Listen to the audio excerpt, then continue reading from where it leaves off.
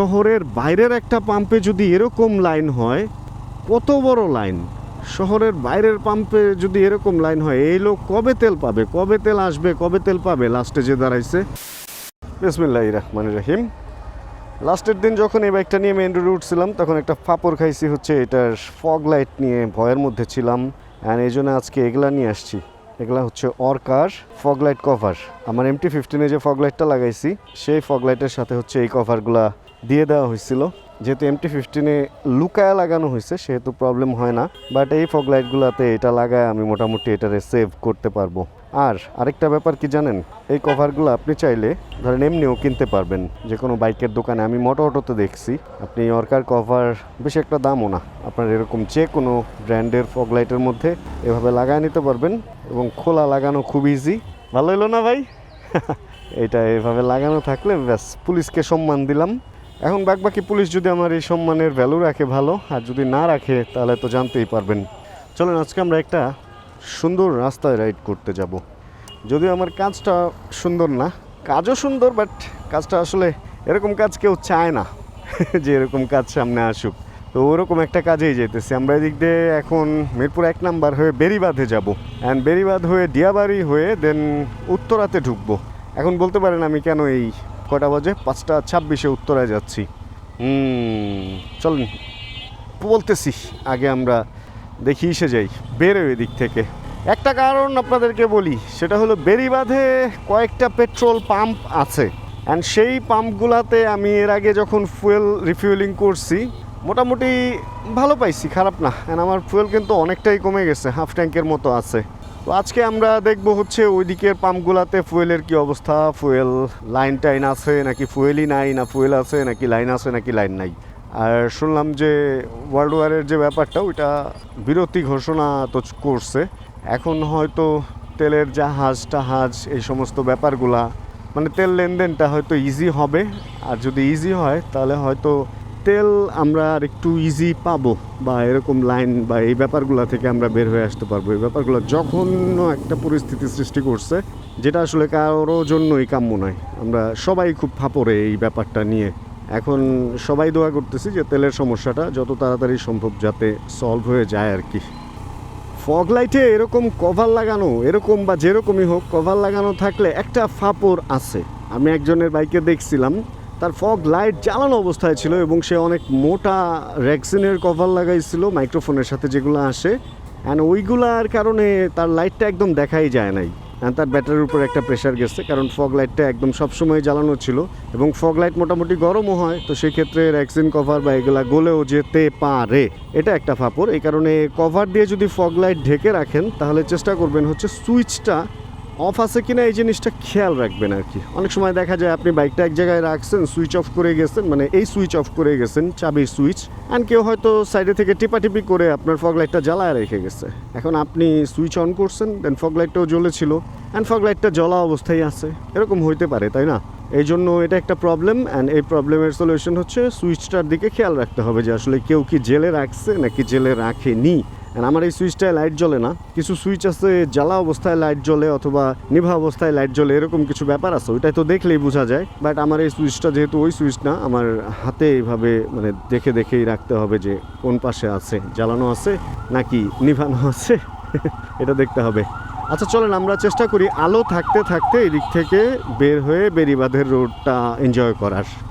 Last 2 দিন আগে যখন এই রোড থেকে আমি ওই মেন রোডটায় উঠতে গেছি, তখন নেমে দেন দেখছিলাম যে এখানে চেকপোস্ট বসে কিনা। বাট আজকে কভারের কারণে আর ভয় পাচ্ছি না। আজকে আমি সাহসী, কিন্তু সাহসী হলে লাভ নাই। এই জায়গাটা প্রচুর জ্যাম পড়ে এই টাইমটা, নাকি সারাদিনই কে জানে। ওই দিনও অবশ্য বিকেল দিকে আসছিলাম, প্রচণ্ড পরিমাণ জ্যাম। দেখছেন অবস্থা, এটা একটা মেইন রোড, জাস্ট স্ট্রেইট একটা রোড, এইখানে এরকম জ্যাম। ফুটপাথেও কি পরিমাণ মানুষ, এই এলাকাটাই আসলে মানুষে ভরা। আর সামনে একটা রাইট সাইড ইউটার্ন আছে, ওই পাশে যাওয়ার প্লাস ইউটার্ন, ওইটার কারণে ওই যে এইখানে হচ্ছে মেইন জটলাটা। দুই পাশের গাড়ি অ্যান্ড ইউটার্নের গাড়িগুলো যেতে পারে না, এই জন্য হচ্ছে মেইন এখানে জটলাটা বেঁধে থাকে। আর মিরপুরে তো একটা ঝামেলা আছেই, মেইন রোডে রিক্সা, অ্যান্ড মেইন রোডে যখন রিক্সা চলবে ওই রোড কখনোই সেফ হবে না, এটাই স্বাভাবিক। মানে চাইলেও কেউ স্পিড মেনটেন করে চালাতে পারবে না, কারণ রিক্সা পুরা রাস্তা, ওই দেখেন ওই ডানে একটা, এখানে একটা মানে ফুল রাস্তায় ওরা আছেই। আর ওরা যে কখন ডানে যাবে, কখন বায়ে যাবে, কখন স্পিড তুলবে আর কখন ব্রেক করবে, এইটা তো কেউ বলতে পারবে না। এইখানে হচ্ছে এই ঝামেলা এই রোডগুলাতে। ভাই যে দুরবস্থা দেখতেছি ফুল মেইন রোডটা জুড়ে, আর এখানে একটা সার্জেন্টও দাঁড়ায় গেছে। এখন আমার যেটা মনে হয় যে এই রোড দিয়ে আর মনে হয় আমার যাওয়ার আশাটা করা ভুল হবে। আমি এখান থেকে একটা ইউটার্ন মারি, ইউটার্ন মেরে দেন ওদিক দিয়ে ভেতরে দিয়ে যদি বেরোয় যেতে পারি ওইটাই মনে হয় ভালো হবে। ওস্তাদ আমার একটু আগে যাইতে দেন। এই তো সুন্দর, এদিক থেকে মোটামুটি ফাঁকা আছে, আর ওই ভেতরের দিক দিয়ে চলে যাই, এটাই আমার জন্য বেস্ট ডিল। আরও ভালো হতো যদি এর আগেরটা দিয়ে ঘুরে যেতাম।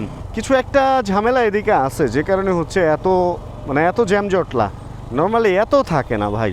আজকে যে পরিমাণ জ্যামজটলা দেখতেছি এত আমি কখনোই এরকম দেখি নাই। প্রত্যেকটা মোড় অ্যান্ড সব কিছু পুরো স্টাক একদম, মানে এটা একটা ইনসেইন লেভেলে চলে গেছে ব্যাপারটা। ভাই ভাই ভাই ভাই যেতে দেন, আটকায় দিয়েন না। বড় বড় এই বাসগুলার কাহিনীটা আরও বুঝলাম না। এই বড় বড় বাসগুলা দেখলাম মোড়গুলার মধ্যে আসার কারণে মনে হয় যে আরও ঝামেলা হয়ে যেতেছে। আর এই ঝঞ্ঝাটের মধ্যে আমার ফোনটা আবার বাজতেছে। যাক, ফাঁকা রাস্তায় নেমে দেখে নিবনে। অল্প সময়ের মধ্যেই আমরা চলে আসতে পারছি। আর এখন সময় 5:42। সূর্য এখনো পর্যন্ত বেশ উপরেই আছে, আলো দেখা যাচ্ছে। আর এখানে একটা ওয়ালের ভেতরে অনেক গাছ, এই পাশে একটা পুকুর আছে মেবি, আর এটা চিড়িয়াখানার ভেতর, চিড়িয়াখানার বাউন্ডারি হচ্ছে এটা। সুন্দর একটা ফিল পাওয়া যায়, ফাঁকা একটা জায়গা এখানে আছে। আর ওই পাশটা হচ্ছে নদীর কারণে এখানে ওয়েদারটা একটু একটা অন্যরকম, একটা আর্দ্রতা আছে আবহাওয়ার মধ্যে, শুষ্কতা কম। গরম বলেন শীত বলেন সবসময় শুষ্কতাটা একটু কম থাকে। দেখেন নাকি সুন্দর সূর্যটা এখনো পর্যন্ত অনেক উপরে। সুন্দর একটা লালিমা পাবো, সুন্দর একটা গোধূলি লগ্ন পাবো হচ্ছে আমরা আজকের এই রাইডটাতে। বাম পাশের এই ময়লাগুলো কিছুদিন আগে তো তুলে ফেলছিল, আর এখানে দেখি আবার সেই স্তূপ হয়ে গেছে। এলাকাটা ময়লাই রয়ে গেল, ময়লার মরি হয়ে গেল এলাকাটা। দেখেন ময়লা থেকে এই যে কত পানি, অ্যান্ড পানি থেকে হচ্ছে এই জমা পানিতে মশা। এলাকায় মশা কিভাবে যাবে বলেন চিড়িয়াখানার পাশের এই এরিয়াতে। যাই হোক, চলেন আমরা এবার বেরিবাঁধে একটা রাইড করবো। অ্যান্ড ফগ লাইটটা যেহেতু ঢেকে দিচ্ছি, ফগ লাইট ঢেকে দেওয়ার কারণে আমরা তো ফগ লাইট না আসার সময় যদি এই রোড দিয়ে আসি তাহলে ফগ লাইটটা খুলবো। অ্যান্ড এই ধরনের রাস্তায় যেখানে কোনো রোড ল্যাম্প নাই, একই রোডে যাচ্ছি একই রোডে আসতেছি, এই ধরনের রাস্তায় আসলে ফগ লাইট খুব জরুরি। যদি বাইকের বিল্ট-ইন লাইটটা স্টক লাইট বেশি আলো না থাকে, যেমন আমার এটায় আলো অনেক কম, এটাতে আসলে ফগ লাইট ছাড়া উপায় নাই। কিন্তু পুলিশ তো বুঝবে না এগুলা, এই কারণে এইভাবে ঢেকে রাখতে হয়। আর আসলে ঢেকে রাখবে নাই বা কেন, একটা জিনিস দেখেন, প্রচুর ছাত্রী যারা মেইন যে লাইটটা আছে ওটা কালো পলি দিয়ে ঢেকে রাখে, সেটা জিক্সার বলেন, পালসার বলেন, 4V বলেন বা অন্যান্য অনেক বাইক। এমনও আছে যে R15 ভার্সন 3-র মেইন হেডলাইটই তারা বন্ধ করে রাখছে, জাস্ট DRL করে ওইটারে অন্যরকম একটা কালার করে জ্বালায় রাখে, আর নিচ থেকে 2টা ফগ লাইট, ও ছাড়া ওর কোনো হেডলাইট নাই। অ্যান্ড ওই হেডলাইট বা ওই ফগ লাইটটা যখন জ্বালায় তখন তো আর নিচ দিকে মারে না, ওটা তো রাউন্ড একদম, মানে সামনে যে থাকে তার চোখের অবস্থা খারাপ হয়ে যায়। এখন প্রতিটা মুহূর্তে যদি চোখের ক্ষতি করে এরকম কোনো বাইক শহরের ভেতর এত বাইকের মধ্যে, মানে তাহলে তো সমস্যা। ওয়াও কি সুন্দর, সমস্যা না? এই জন্য হচ্ছে ফগ লাইটটাকে নিষেধ করা হয়েছে। এখন কিছু ছাপড়ি আছে, ওদের ওটা তো বন্ধ করলে ওরা কিছু দেখবেই না, বাট আমাদের যারা আমরা লং রাইড করার জন্য ফগ লাইট লাগাই, শহরে জ্বালাই না, মানে এইটা আমাদের জন্য হয়ে গেছে একটা জ্বালা। আমরা না জ্বালাইলেও আমাদের জন্য এই ব্যাপারটা একটা জ্বালা হয়ে দাঁড়াইছে, ওই যে ওই ছাপড়িদের জন্য, মানে একটা খুব বাজে অবস্থা হয়ে দাঁড়িয়েছে। আমি দেখছি শহরের মধ্যে, আপনারাও খেয়াল করেন, প্রচুর বাইক অটোরিকশা আছে যারা এই LED ফগ লাইটগুলো লাগা চালাইতেছে শহরে। এদের কারণে আসলে আমরা বিভিন্নভাবে রিস্কের। আমি এবার রংপুর থেকে যাওয়ার সময় এবং আসার সময় এই ফগ লাইট না থাকার কারণে বেশ কয়েকবার অপোজিট সাইড থেকে যখন একদম অন্ধকার রোডে বাউন্ডারি মাঝখানে থাকে না আইল্যান্ড, ওই অবস্থায় যখন ওই পাশের লাইট এসে আমার চোখে পড়ছে, তো আমার লাইট তো কোনো আলোই নাই, আমি রাস্তা কতটুকু এইটাই বুঝতে পারতেছিলাম না। প্লাস 2-1 জায়গায় অন্ধকারেও রাস্তা কতটুকু এটাই বুঝতে পারতেছিলাম না। এরকম কয়েকটা সিচুয়েশন আমার সাথে হয়েছে বিধায় আমি ঢাকায় এসে যেই লাইট পাইছি সেই লাইটই লাগাই নিছি, কোনো ব্র্যান্ড না কিছু না, একটা নন ব্র্যান্ড লাগাইছি, তা মোটামুটি চলতেছে আর কি, এই তো। তবে আমার MT-15 ভালো সার্ভিস দিচ্ছে ফগ লাইট, ওটার আলো অনেক সুন্দর, অ্যান্ড অ্যাডজাস্টমেন্টটা অনেক ভালো হয়েছে, এটার অ্যাডজাস্টমেন্টও ভালো হয়েছে। বাট এই লাইটগুলো আমি এখানে রাখবো না, এই লাইটগুলো আমি চেঞ্জ করে ফেলবো। আমি জাস্ট লাইনটা করানোর জন্য এই লাইটগুলো এখানে লাগাইছিলাম, চেঞ্জ করে আমি এখানে অন্য ভালো মানসম্মত বেশ পাওয়ারফুল ফগ লাইট লাগাবো। যেহেতু ফগ লাইট ইউজই করবো, সেহেতু পাওয়ারফুল করাই ভালো। মানে যে কোনো জিনিস আপনি যদি একটা জিনিস কেনেন সবচেয়ে ভালোটা কিনবেন বা সবচেয়ে ভালো মানের যেগুলা ওগুলা কিনবেন।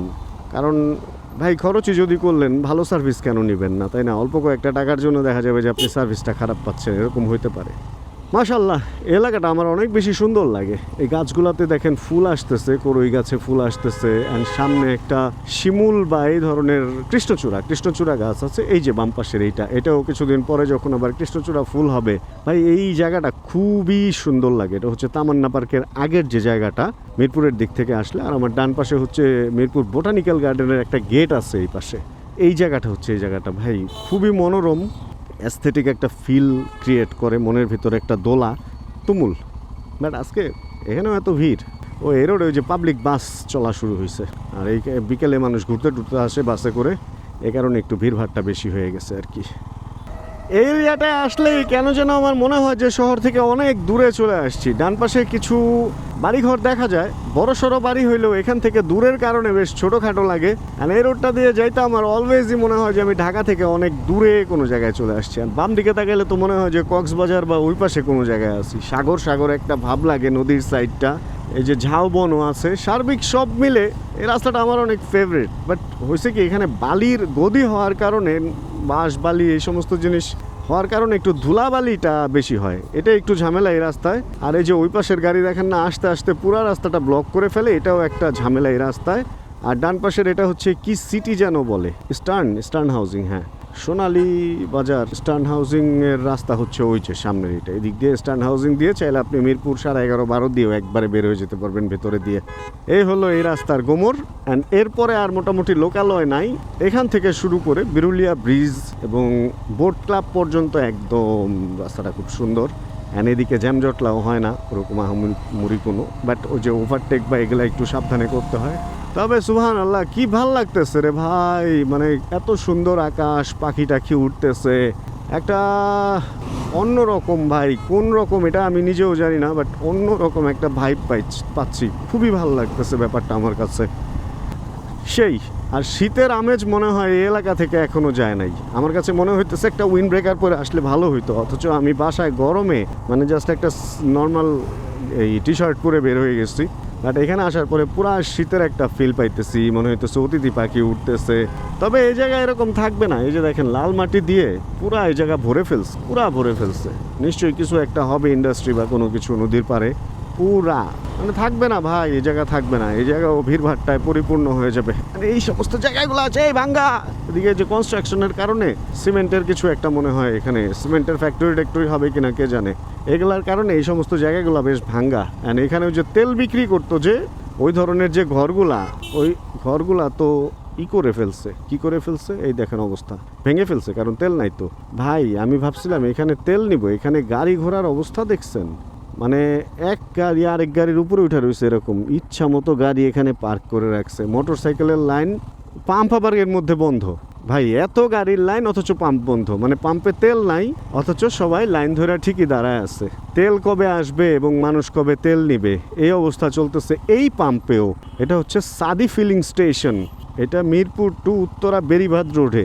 এত গাড়ি টাড়ি এরা দাঁড়ায় আছে এইখানে ভাই, স্কুল ড্রেস পরা, কলেজ ড্রেস পরা, অথচ তেল নাই। আর এইগুলার কারণে এইখানে পুরা একটা কৃত্রিম জটলা সৃষ্টি হয়ে গেছে। অ্যান্ড সবাই লাইনে দাঁড়ায় আছে, বাট এই পুলিশের গাড়িটা এদিক দিয়ে বের হয়ে আসতেছে, হয়তো জ্যাম ছোটাবে এই কারণে।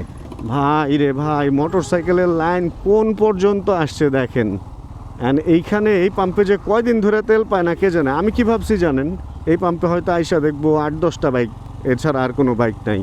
ভাই এখন তো আমার নিজের তেল নিয়ে নিজের ভয় লাগতেছে যে আমার এরা ধইরা কেউ তেল রেখে দেয়, কারণ আমার এখনও অনেক তেল আছে। অ্যান্ড এখানে লাইনের অবস্থা দেখছেন ভাই, এই একটা শহরের বাইরের একটা পাম্পে যদি এরকম লাইন হয়, কত বড় লাইন। শহরের বাইরের পাম্পে যদি এরকম লাইন হয়, এই লোক কবে তেল পাবে, কবে তেল আসবে, কবে তেল পাবে লাস্টে যে দাঁড়াইছে। তাহলে শহরের ভেতরে যে পাম্পগুলা ওগুলার অবস্থা কি চলতেছে, আমি মানে হতবাক ভাই, কিচ্ছু বলার নাই। আচ্ছা এবার একটু মন খারাপ করার মতো কথা বলি, অনেক রকম কথা হইলো। সেটা হলো আমি উত্তরা যাচ্ছি, কারণ আমার মার শরীরটা ভালো না, ডক্টর দেখানো হয়েছে গতকাল। আর উনি বলছে যে হসপিটালে অ্যাডমিট করার জন্য। অ্যান্ড অলরেডি মাকে হসপিটালে বোন ওই দিক দিয়ে নিয়ে আসছে, আমিও যাচ্ছি এখন, গিয়ে হচ্ছে হসপিটালে অ্যাডমিট করব। অ্যান্ড দেন তারপরে এদিকে তো সময় দেওয়া লাগবে, অ্যান্ড 2-3 দিন হয়তো হসপিটালে থাকা লাগবে আর কি। আমার মা বোন আমি মিলে এটা কোনো না কোনোভাবে এটা সলভ করতে হবে। তো আসলে ডেইলি লাইফ ব্লগে হয়তো একটু বিঘ্ন ঘটতে পারে, বা হয়তো কোনোভাবে যদি ম্যানেজ করতে পারি আমি করব আর কি। অ্যান্ড এই অবস্থায় আমার যতটুকু তেল আছে এটা দিয়ে হয়তো 2-3 দিন আমি আপ ডাউন করতে পারবো, তারপরে আমার তেলও শেষ হয়ে যাবে।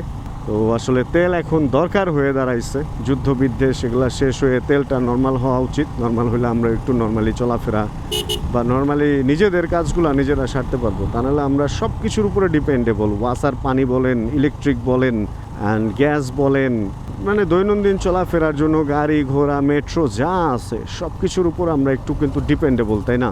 তো যে কোনো একটা জিনিস যদি বন্ধ হয়ে যায় তাহলেই হচ্ছে সমস্যা। এখানে আবার কি হয়েছে? গাড়ি এটা আটকাইছে। ও প্রচুর পুলিশ তো এখানে, পুলিশ থাকা দরকারও, কারণ পাম্পে টাম্পে যে পরিমাণ ভিড়, আশপাশে পুলিশ না থাকলে সমস্যা। তো যেখানে ছিলাম আমরা, এখন পরিস্থিতি ভালো হয়ে গেলেই ভালো। তাহলে আমরা আজকের ভিডিওটা থেকে এখানে বিদায় নিয়ে নিই। জাস্ট রাইড শেয়ার করলাম, নিজের কাজগুলো তো সারতেই হবে। মার জন্য দোয়া করবেন সবাই। যদি আজকের ভিডিওতে ছোট কোনো কিছু ভালো লাগে, ছোট করে একটা লাইক দিয়ে দিন। চ্যানেলে যদি নতুন হন প্লিজ সাবস্ক্রাইব করে আমাদের ফ্যামিলি মেম্বার হয়ে যান। জানাবেন কে কোন জায়গায় বসে ভিডিও দেখছেন, আর যতক্ষণ পরবর্তী ভিডিও নিয়ে আবার আমি না আসতেছি ততক্ষণ ইনশাআল্লাহ আমরা থাকবো ভালো, আমরা থাকবো সুস্থ এবং করতে থাকবো চিল ইনশাআল্লাহ। আর এখানে একটা এলপিজি পাম্প আছে। এলপিজি পাম্প কি খোলা না বন্ধ? এলপিজি পাম্পে মাত্র একটা গাড়ি, এটাই তো ভালো ভাই। এলপিজি পাম্পে অনলি একটা গাড়ি। মোটরসাইকেল এলপিজি করে ফেললে ভালো হতো। শুনলাম এলপিজির দামও নাকি বাড়ছে। ভাই একটা গাড়ি কিনে এলপিজি করেই চালাইতে হবে, দাম বাড়ুক আর দাম কমুক, এলপিজিটা তারপরেও তো পাওয়া যাচ্ছে।